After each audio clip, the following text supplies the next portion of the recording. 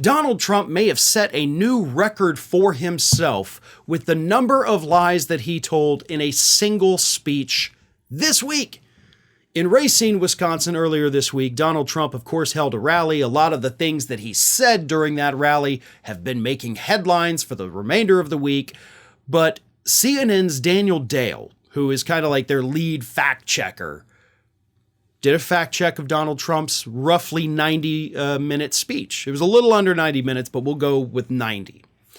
During that 90-ish minute speech, Daniel Dale was able to identify at least 30 verifiable lies that Donald Trump told, which means Donald Trump told on average one lie every 3 minutes during his speech in Wisconsin.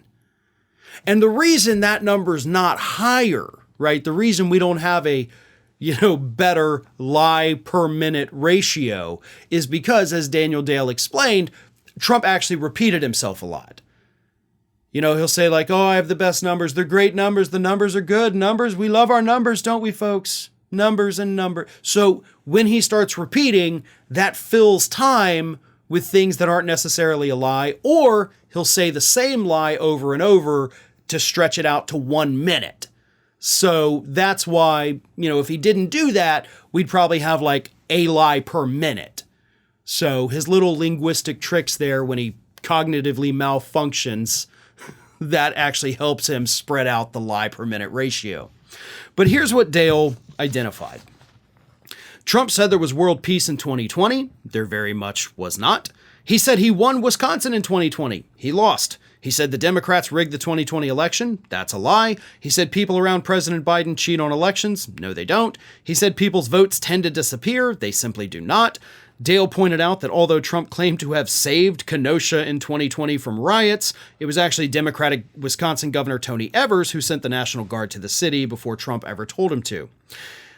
Trump also said that hundreds of thousands of dollars worth of nose candy, we'll call it, were found in the White House last month, but that actually didn't happen. It was a tiny bag that was found 11 months ago. Trump repeated invented numbers about immigration, the crime rates in Venezuela, and the number of people who've crossed the southern border. He lied that he pulled American troops out of Syria. He lied that he lowered the trade deficit with China. And this is the kicker. He even lied about what he did last week. So it's not just like, oh, during my presidency, I did all these things that you probably can't remember if I did them or not. He lied about what he did a week ago. He said he went to Washington, D.C. for one of his, quote, mini trials. But he was in D.C. meeting with Republicans. He doesn't have an active trial in Washington, D.C. right now.